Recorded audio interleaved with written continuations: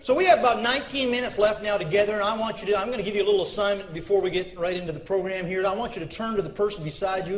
If you don't have anybody beside you, that says something. No, you just look at somebody else. Just eyeball one other person, including you at the back. Everybody eyeball one person quickly right now. Look at that person. All right, now here's your assignment.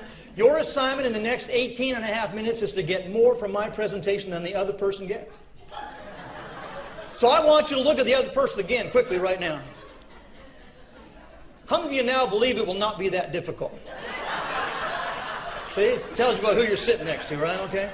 So you found out a little bit about me. Now we're going to find out a little bit about you, because there's a pretty good chance. I've met quite a few of you during the day. You may or not know who I was when I met you, but I did, or I've been watching you. Most of you are doing some things differently than you did 5 years ago. Isn't that true? Because change happens a lot. Some of you are even doing things differently than you did just 1 year ago. Can you imagine that, how quickly it changes? I mean, the guy talking about the internet this morning, Sam, he just scared me. Stuff's happening that fast. Some of you who in the room has no idea what happened yesterday? Where are you? That's because of what you did last night. That's a different problem, all right? But change happens all the time. And I've discovered that people only change for one of three reasons. I'm going to ask you to write them down. Now, I've been watching some of you today. Some of you are writing down what some of the speakers are saying. That's a good idea. So I'm going to ask you to write these things down. You should write things down during a day like this for a couple of reasons. The first reason is you'll remember it longer if you write it down. Lots of good information already, and there's going to be more coming after me.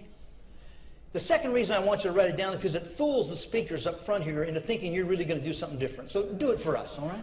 So here's three reasons people will change. The number one reason people change is because they just get bored. They've had enough of what they've been doing already. Some of you in this room had jobs other than the one you've had now. Isn't that true? Did any of you ever leave a job because you were bored? I've had many jobs in my lifetime. Many times I left because I was just bored. Now, I had one job where they helped me leave. That was different.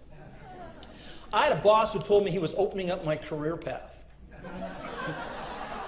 Somebody might want to write that one down and use that later, okay? This puts you in a position known as what? You are never unemployed. You're in between opportunities. But if anybody ever says to you, we are opening up your career path and it's a great opportunity, this is not good news, just so you're clear, okay?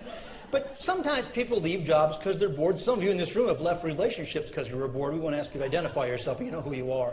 I'm amazed anybody could be bored now with all the information we have coming.